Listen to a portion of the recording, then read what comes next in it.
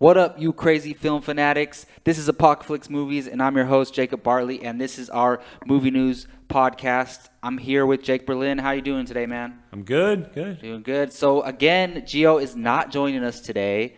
As you may have known from listening to us for the past month or so, he started a new job, and it's conflicting with his podcasting schedule. So, Gio, I hope you get better, man. You know, get some rest, and hopefully we will see you back next week. But we got a bunch of interesting things to talk about today. Some stuff regarding Venom, some stuff regarding who's been cast as Commissioner Gordon in Justice League, a crazy crossover, some cool trailers, and some crazy speculations about some casting. So let's jump right into it. So first up, we got the Venom movie is moving forward at Sony, apparently. And this is coming from The Hollywood Reporter, who's a very, very great source. They usually don't get anything wrong. And so according to The Hollywood Reporter, it's going to be a solo film written by Edge of Tomorrow writer Dante Harper and produced by Avi Arad and Matt Tolmach, who were in charge of the Amazing Spider-Man franchise, which didn't get received so well from the last movie. So this is very interesting, and we know they were developing the original Venom movie that they were planning when that universe was still going on. And Hollywood Reporter is saying that it's going to be a franchise apart from and unrelated to the current MCU Spider-Man. So, Jake, I want to ask you, hear on all this news, how does this sound to you? I'm interested in Venom. I think that he's a very interesting character. He didn't get the justice he deserved in Spider-Man 3. It's not that it was a bad iteration of him or anything. It's just studio kind of crammed him in there at the last minute, stuff like that. The only problem is Avi Arad, man. That guy he just kind of messes with stuff that he shouldn't be messing with. Yeah. And it scares me a bit. I'm totally fine with it being separate from the MCU. I think it's very interesting because Venom can play in a world with Carnage and all these different other kind of characters that would make an interesting movie for sure. I don't think they should be pointing for a franchise yet. They need to get a movie down. Sony's been in the struggle lately with these properties. Yeah. So it sounds all good. It's just I need to wait to see who they grab for a director. That's really going to tell what it's going to be like. What kind That's of tone very they're true. Going for. That's going to change our perspective. And I hope that Sony learned their lesson with Amazing Spider-Man 2, but we just don't know until we see the movie. So for me, the fact that they got the Edge of Tomorrow writer actually That's does true. excite Yes. me because I'm with you on that. writers make a huge difference. Even though the director has the ability to change stuff in the script and create a different tone that was set in the script, I feel like whoever they bring on to direct is going to work closely with Harper in developing this movie. So I'm excited there, but what I'm not excited about is the quote, a franchise apart from and unrelated to the current Spider-Man that's going to be the MCU. To me, this is one of the most ridiculous things I've ever heard because so first of all, Sony is struggling with franchises. They want to have some type of built-in cinematic universe. Why would you take the one character who is undeniably synonymous with Spider-Man and separate him from Spider-Man? It's going to hurt them financially, I think, in the long run. But for me, I call bullshit on this. Really? I call complete bullshit. I believe Venom's going to get made, but I don't think it's going to be separate from Spider-Man. I think the source is kind of misinterpreting what they heard. And this is all speculation on my part. I don't know anything. This is just all speculation on my part. So I think that the source maybe, is kind of got it wrong. And what they're saying is, this is what I believe, that they're going to make the Venom movie separate from Spider-Man. Like you're not going to have Spider-Man in the first Venom movie, and they're going to build Venom on his own first and then bring it into Spider-Man is what I think. The only reason I could see them separating it is if Marvel doesn't want Venom in their cinematic universe. I think Marvel wants Venom. I think because he's an interesting character. I mean, but he could technically be a villain for an Avengers movie. That's true. He's so powerful. But the thing is, I don't think Sony wants to play with Marvel's game. That's the problem. So you think they're doing this so they can do whatever they want with Yes. Venom? If they develop a Venom that's in the MCU, they have to answer to Marvel. Yes. That makes sense. But I still call bullshit because you have to capitalize on his connection to arguably one of the top 3 or 4 most popular comic book characters in history, which is Spider-Man. I do not think this is happening without a connection to Spider-Man, and it would be interesting to see, because then you're free from any restraints to the Marvel Cinematic Universe. But for me, if it were up to me, I don't want them to separate it. I want it to be. If it was up to me, I think the interconnective. I think it would work better that way. Oh, definitely. But I'm okay with it because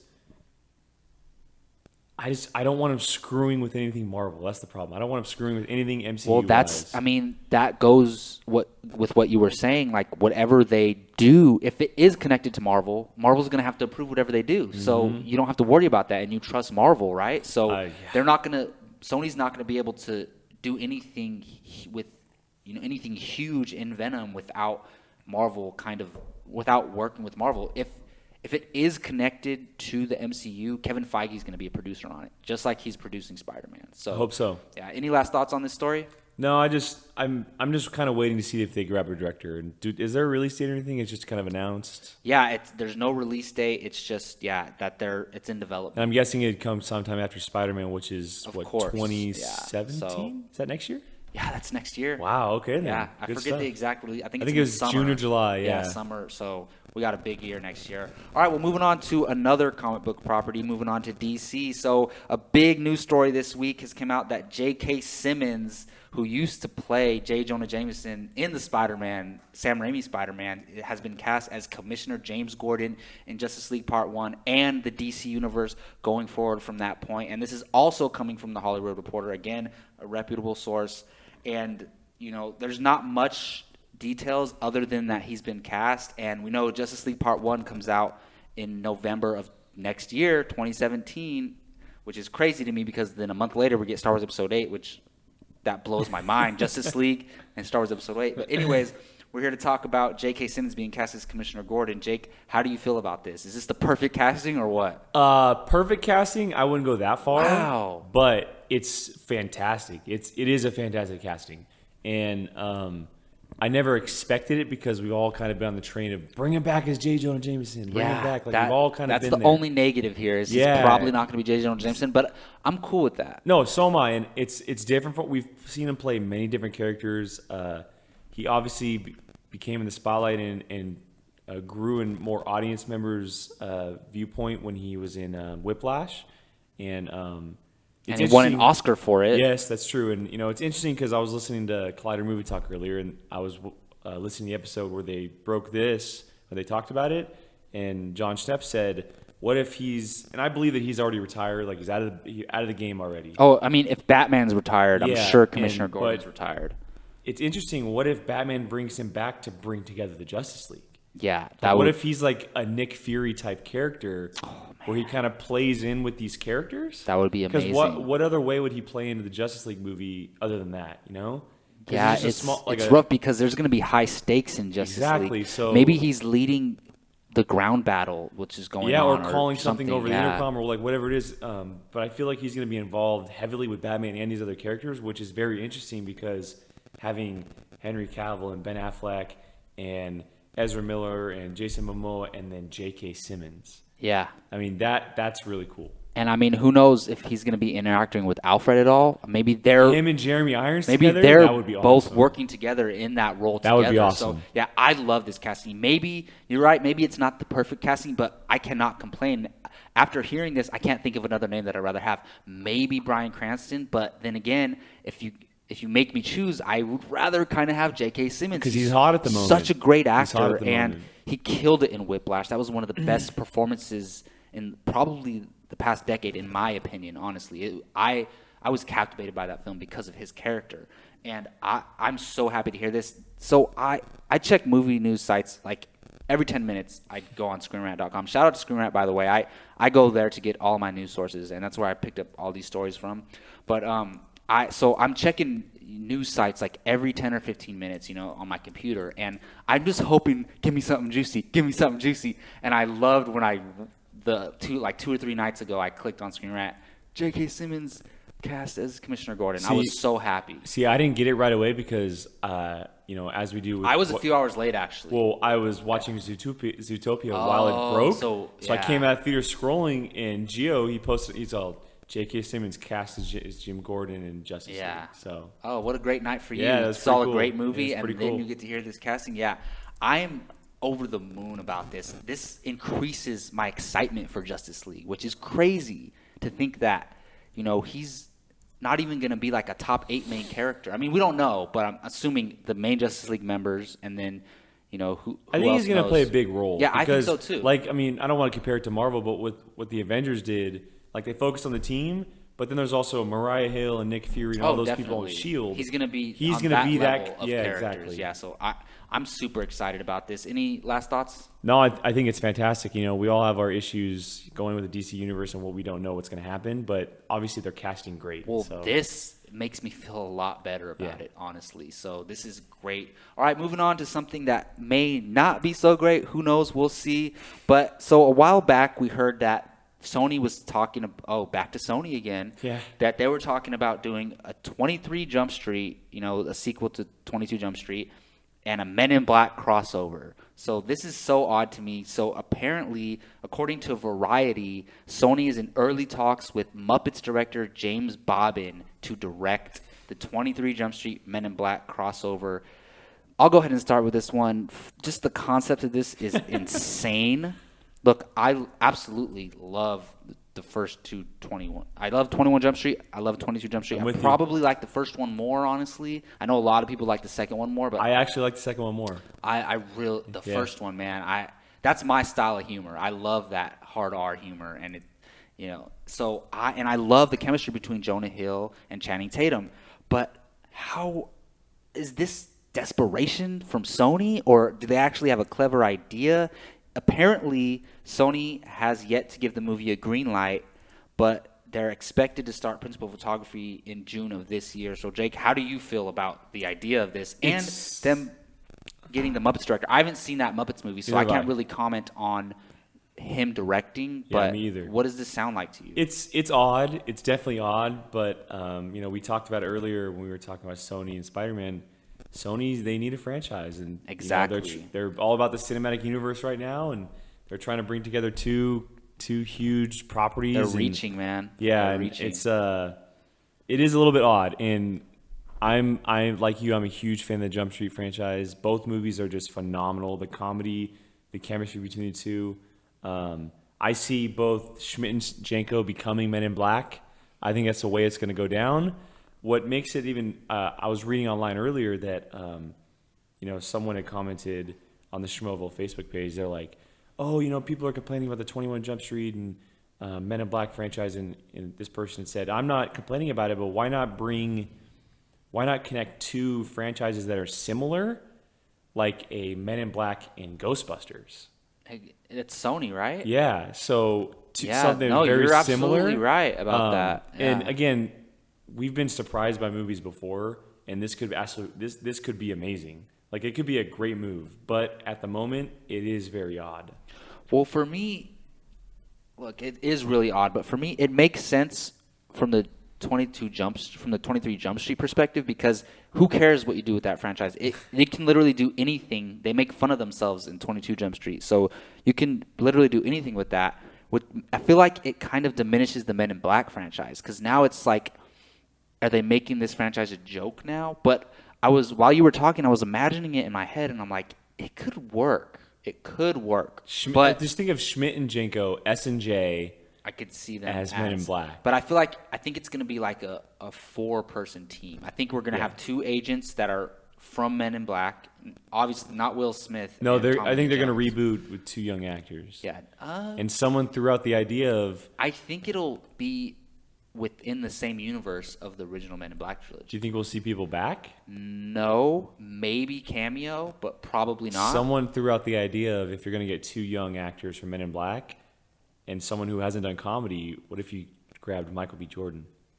Yeah, I mean, I've heard that before. With him, Channing Tatum, and Jonah Hill. That would be freaking great. And then if they did that, I want a female in the 4th role. Yeah, I want for sure. a woman in the 4th role, because it doesn't have to be all guys. So get Michael Daisy B. Ridley.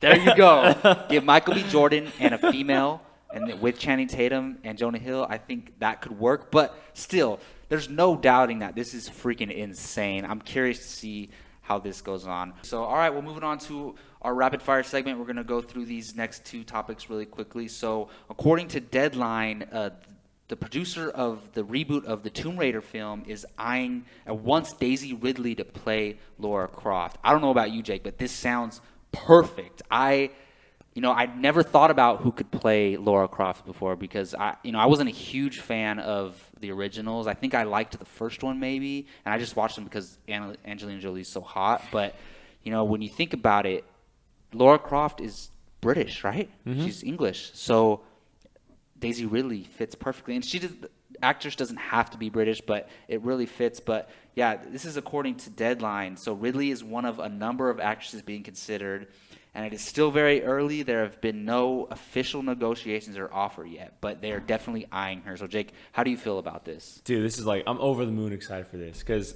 when Star Wars first came out, we did a review. I think I talked about her possibly playing Lara Croft. Yeah, I think you did bring it up. And I've actually been kind of working on a post on the site for a while now. About this? A poll saying who could be the next Lara Croft. Oh, okay. And it's kind of funny that's popping up now. But if Daisy Ridley, I would die if she became Lara Croft. I think it's so great. I'm afraid that after seeing Star Wars, I don't want her to get typecasted. Yeah. That's the only thing that worries me a little bit. As the female action hero. Yes, and I think she's so much more than that. But again, Star Wars was her first movie. Yeah. So stepping into another franchise wouldn't be a bad idea, and it's something completely different. And to separate herself from Star Wars. Yeah, so if this happened, I am so on board. I think it'd be a great move for her. Warner Brothers would get a great young actress to take over this franchise. Definitely. And I think that they know what to do with this franchise now, hopefully anyway, because I know the Tomb Raider video games. I never played them, but I've heard they're amazing. Well, I heard the new one. Is incredible. Yeah. So if they base it off that, I think it's a lock. And Daisy Ridley as the lead, killer for sure. Yeah, for me, I'm not a huge fan of the source material. Like, I remember playing the games on PlayStation 2 or something, and I liked them, and then, like I said, the movies weren't that great. But you put Daisy Ridley in this, that changes everything. Like, if a Tomb Raider movie was coming out, depending on the trailer, I'm going to see it because we're in this movie space, and maybe I'll catch it on a Sunday night. But Daisy Ridley in the lead, I'm seeing it opening night, Thursday night. That's how big of a fan I've become of her through Star Wars. Yeah, I'm the same way. And when I think of Tomb Raider, I think of a female Indiana Jones, obviously. Definitely, yeah. And not only did she work with Harrison Ford on Star Wars, obviously, but ironic. She kind of expressed that slight comedy that Indiana Jones has, that subtle, like in Star Wars, like there was a little bit of it there. And I don't know if Lara Croft has that or not, but she obviously showed that she is action oriented in Star Wars as well. Oh, definitely, yeah. So it seems like a perfect fit. Well, I know we're supposed to rapid fire through these, but I think this is perfect because, like you were saying, the original cast members from the original Star Wars trilogy, other than Harrison Ford, were typecast. Yes. They didn't really work in any other franchises or any big movies after that. I don't want that to happen to her or John Boyega. So I think she should jump on something like this early to separate herself. And I want to see her do drama. It's kind of like what Jennifer Lawrence did with X-Men and then Hunger Games. Exactly. It's kind of the same I want to way. see Daisy Ridley do drama. I want to see Daisy Ridley do a straight up comedy, like a rated R comedy. Yeah. I want to see her do everything. I adore that girl. All right, well, moving on to our next rapid fire segment. So apparently, according to a source called the Tracking Board, Seth Rogen and Evan Goldberg are in talks to produce a Where's Waldo movie for MGM. So for most of you might know, Where's Waldo is a children's series of books, and there's not really any story. It's just like pictures where you try to find Waldo. It's kind of like I Spy, right? Yeah. Is that the name of those? Yeah. Yeah, it's similar to that where you're just looking for him. So this is kind of like the Lego movie or, what are they making, a Pez movie or something. So Angry Birds. Where they're just going to take something that's a recognizable name and create a story out of it. And, I mean, I'm a huge fan of Seth Rogen and Evan Goldberg. Like, when it comes to rated R comedies, like, I'm a huge fan of theirs. I'm not because I doubt this is going to be rated R. So I'm curious to see how they're going to handle something like this. But Jake, how does this sound to you? It's a little odd. Yeah. Again, I mean, but Hollywood's reaching for any kind of ideas they can get. Seth Rogen's kind of been on the downfall for me a little bit lately. You know that, but Well, you say you always want to see him do something different. that's true. That is true, and we're getting that with Sausage Party, and Yeah. maybe I'll change my mind after Sausage Party. But when I think of Where's Waldo, for some reason I instantly think of, dude, where's my car? Why? Like, because they're on Is the there search for this car, okay, and okay, that okay. kind of style of comedy, Yeah, and okay. I feel like someone's gonna be Waldo, and they're gonna be searching for Waldo, like almost like they did with The Hangover. They're searching for their friend. Okay, so that would I thought about that too. So that means Waldo would not be in the movie that much. Yeah, that's kind of what I'm thinking they would go for. So Otherwise, it's just in the title. because Okay. have you played the Where's Waldo games, the books? I don't think so. What, you're looking for him? So basically, he's in a giant crowd of people and he's wearing a certain outfit. You Yeah. have to find Oh, him. yeah. It's like the red and blue Yeah, striped shirt. that's all it yeah. is. So Yeah. you have no. to Yeah. find him. I know And, that. It's weird. You but know, I could see them maybe going a Hangover route. yeah, like trying to find their friend who's Exactly. Waldo. So And they could Like have ma- him wearing like- that sweater. Who knows? like James Franco's Waldo. That would make total sense. There I you actually don't think that. I think they're gonna produce and write it and stuff. I don't think any of that crew is gonna star in it or anything. I think Seth Rogen's gonna be in it. Really? Yeah. I don't think so. When I heard this, I just thought, oh, they're gonna produce it. That's it. What would get me on board though if it was actually an animated movie? Oh, that would be Like cool. if it was animated, like I would maybe be in on the board. style of Lego Movie, Yes, even though I would be you on love board. Lego Movie, Yeah. but yeah. So yeah, who knows? This could actually end up working out. It sounds interesting. I personally love the Lego Movie, so I'm not going to doubt any of these random properties getting turned into movies. As long as they have great story, great characters, I'm all for it. So moving on to our last segment. So as we've been doing lately, we recap the Showdown Sunday, the articles that Gio puts up every Sunday on our site. Go check those out at apocaflixmovies.com. And today we got a very interesting one. We got Captain America Civil War coming out in about 2 months or so, a little less.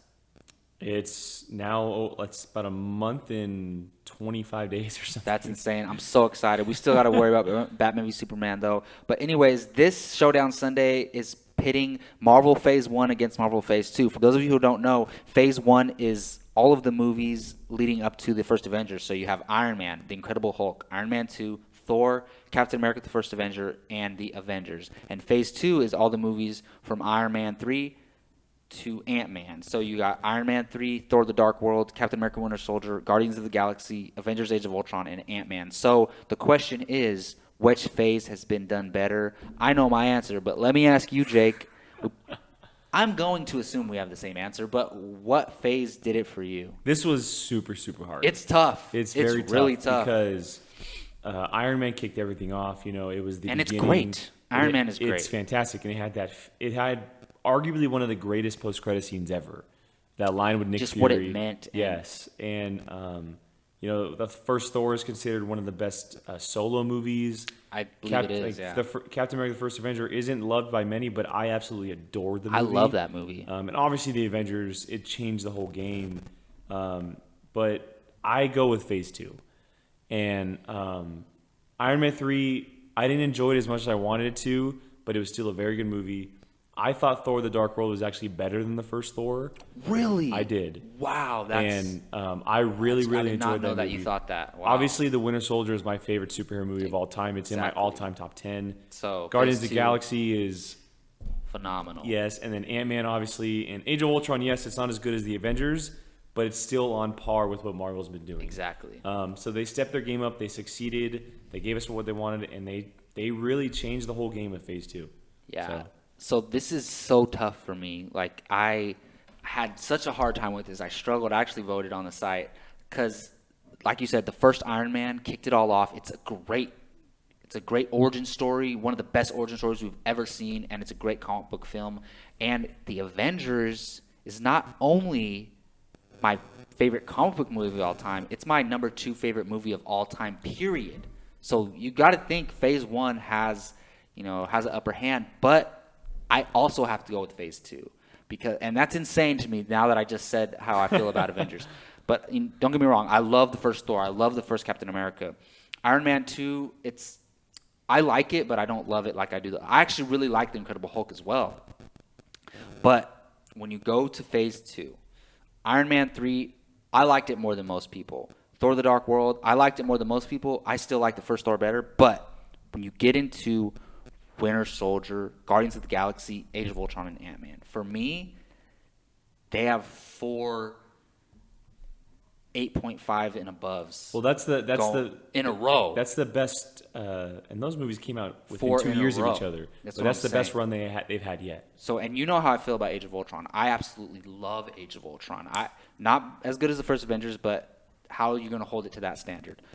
So, Winter Soldier is a lot of people's favorite Marvel movie. I freaking love that movie. I just rewatched it recently, and it has the best action hands down in any comic book movie ever, in my opinion. As far as just straight combat, it's freaking phenomenal. And I absolutely loved Ant-Man. It was my number 2 movie last year after Star Wars The Force Awakens.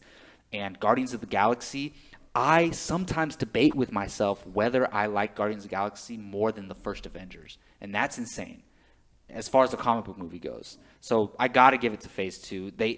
And that's good because you want them to get better at what they're doing. You know, they had, I don't want to say missteps, but they were a little inconsistent in Phase 1. They started off Phase 2 all right, but then the last 4 movies absolutely murdered. Fan favorites, critic favorites, financial gains out of this world. And just think about where they're going. Yeah, and Phase 3. Captain America: Civil War is probably going to be the best film yet. It has. And then you have Doctor Strange. Yeah. And then who Guardians knows? of the Galaxy 2. You have which Spider-Man's gonna be thrown in the mix now. Yeah, and I know people are worried about the Infinity War films, but I'm actually not, because you have the Russo brothers. A lot of people say that's a lot of characters, a lot of story for a director to handle, but a lot of people forget there's 2 of them. The Russo brothers are handling this, and there's 2 of them handling all these characters. They can both be off shooting separate scenes at the same time. So, yeah. So I'm not worried about this Marvel Cinematic Universe at all. I'm really looking forward to it. All right, well, that's going to close it out for Apocaflix Movie News. I want to thank Jake Berlin for joining me today, man. Let them know where they can find you online. Twitter, Instagram at Qui-Gon Jake, and ApocalypseMovies.com every day. And I'm your host, Jacob Bartley. You can find me on Twitter at JacobBartley_. You can find me on this Apocaflix Movies YouTube channel, on pretty much all the podcasts. And please subscribe. Please hit that like button. We truly do appreciate it. And thank you all for listening. Till next time from Apocaflix Movies, we'll see you.